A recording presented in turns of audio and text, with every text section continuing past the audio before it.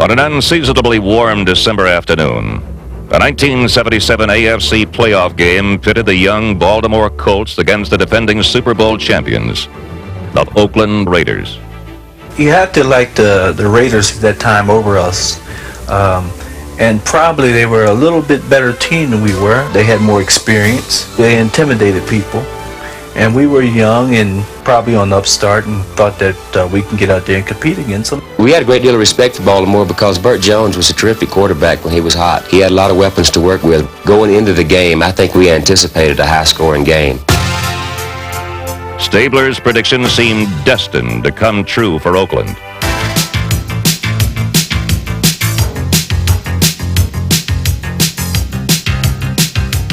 Clarence Davis lifted the fortunes of the Raiders with the game's first touchdown. But soon Lady Luck was smiling on both defenses.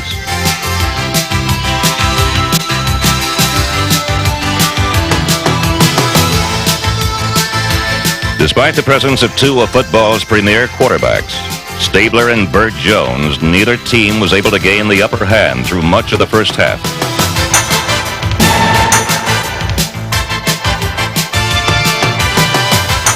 Bruce Laird, number 40, one of the Colts' defensive leaders, finally got the best of his opponent.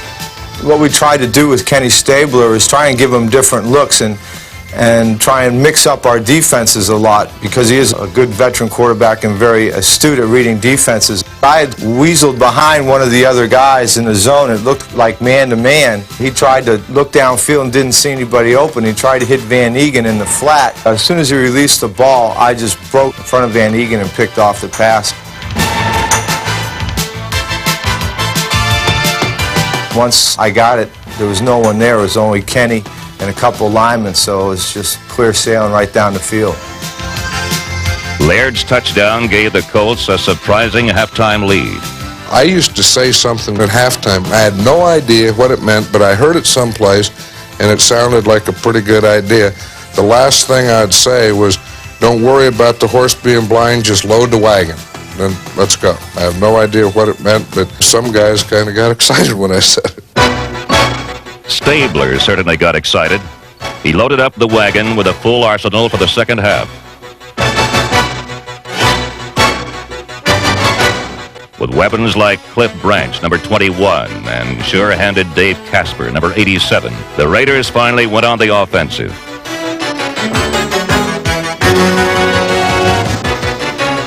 The Stabler to Casper connection contributed 2 touchdowns to this aerial assault.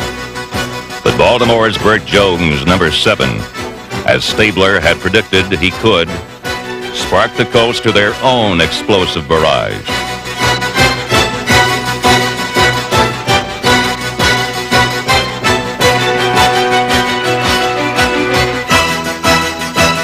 The Colts matched Oakland score for score, and the lead changed hands 6 times in the second half.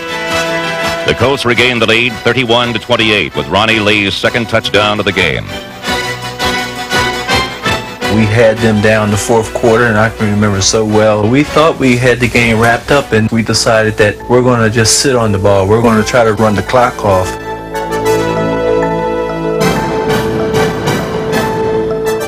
I think that was the biggest mistake that we made. If we kept playing our game that we were playing, throwing the ball down the field for a first down, keeping them off bounds, we would have won the game, but we were playing to hold a lead as opposed to playing to win. You know, you needed to keep putting pressure on the team and scoring points, and we just weren't doing that. You just can't sit on the ball against a great football team. That was a fatal mistake that we made strategy-wise. As the clock wound down, Stabler took advantage of Baltimore mistakes by utilizing his flawless tight end. Dave Casper is a prototype tight end as far as I'm concerned, the best that ever played. And he was another one of those money players that always came up with things. We designed the play to get to David with a post-type pattern based on what they had done before with that down and distance. And it worked out, and it was not a very good throw.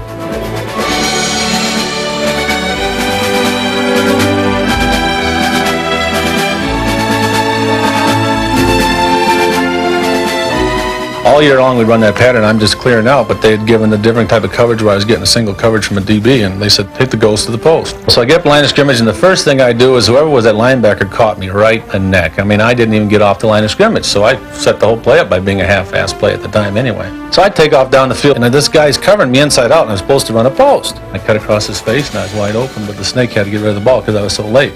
And it's over here somewhere, so I played a lot of baseball. I just looked down, and it wasn't hard catching the ball because the darn thing came right straight down.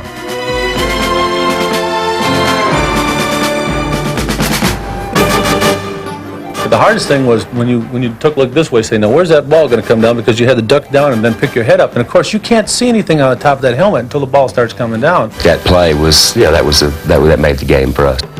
It put Oakland in position to hit the game-tying field goal. And well into overtime, the Raiders finally rediscovered their second-half form.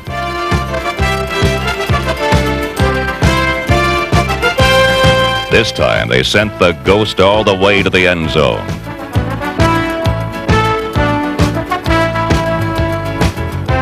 Dave Casper had put a scare in the Colts all day, and it was only fitting that his third touchdown gave Oakland the victory. The Raiders' overtime heroics put an end to the third longest game in NFL history. A game that will be remembered for heroes on both sides.